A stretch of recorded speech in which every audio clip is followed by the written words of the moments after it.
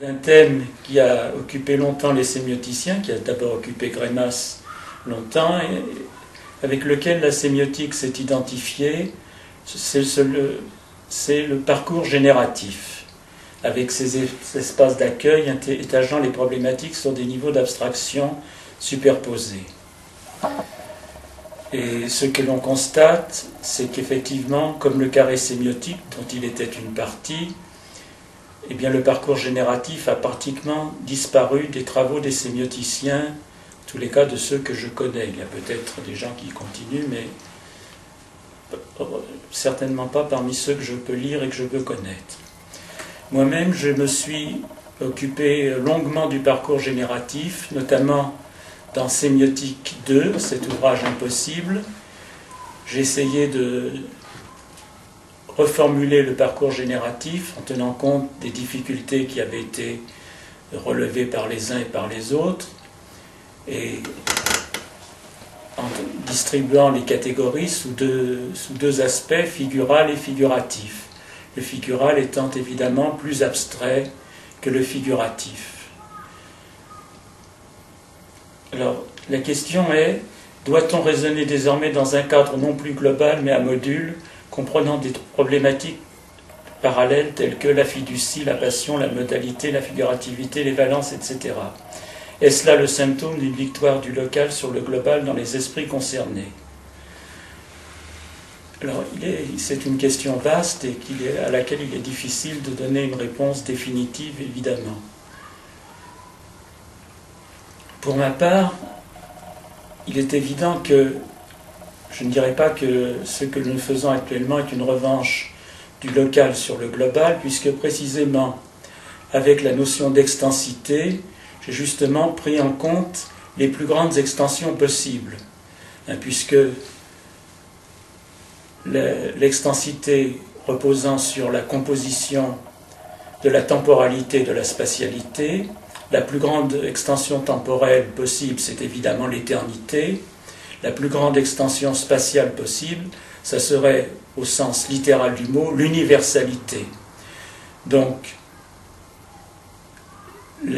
ces deux grandeurs, l'universel et l'éternel, entrent comme des possibilités de la théorie. Elles entrent comme visées possibles, par exemple, dans ce poème de Rimbaud que j'ai souvent cité, la première strophe, elle est retrouvée, quoi, l'éternité, c'est la mer aller avec le soleil. Donc, l'éternité devient un des termes possibles de la structure, notamment dans la structure sémantique telle que j'ai essayé de la formuler, qui distingue 4 termes groupés 2 à 2, 2 surcontraires et 2 sous-contraires, pour éviter le terme de subcontraire qui était présent chez Greimas pour désigner la négation non S1 et non S2. Pour moi, je raisonne différemment. J'ai pris 4 termes, S1, S2, S3, S4, et je couple S1 avec S4 comme des surcontraires et S2 et S3 comme des sous-contraires. Respectivement, S1 et S2 seront dits atones et S3 et S4 seront dits toniques.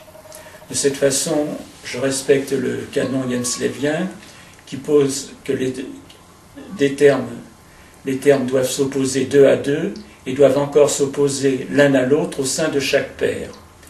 Et évidemment, de cette façon, je couvre le champ sémantique, tout le champ sémantique possible d'une dimension.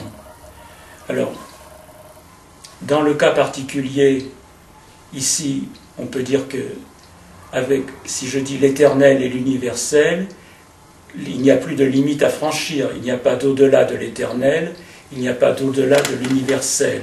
Et dans certains cas particuliers, le terme S4 peut être forcé en quelque sorte, au nom d'une ressource que j'ai essayé de penser méthodiquement, c'est-à-dire la concession. Par exemple, si l'immensité m'est donnée, par la concession, je peux dépasser l'immensité. Sous l'énoncé, bien que j'ai atteint l'immense, je vais néanmoins au-delà de l'immense. Et alors c'est pour répondre aussi à une question verbale de Valdir, c'est comment poser la transcendance. Et il me semble que la concession permet, dans certains cas, de poser la transcendance comme dépassement, comme surpassement, comme transgression d'une frontière énoncée. Bien qu'il y ait là ici une frontière, bien qu'il y ait là ici un arrêt, je vais au-delà de cet arrêt, par l'intensité, par le tempo, par la tonicité que je mobilise, je me porte au-delà de ce qui est donné, au-delà de cet arrêt qui m'est indiqué.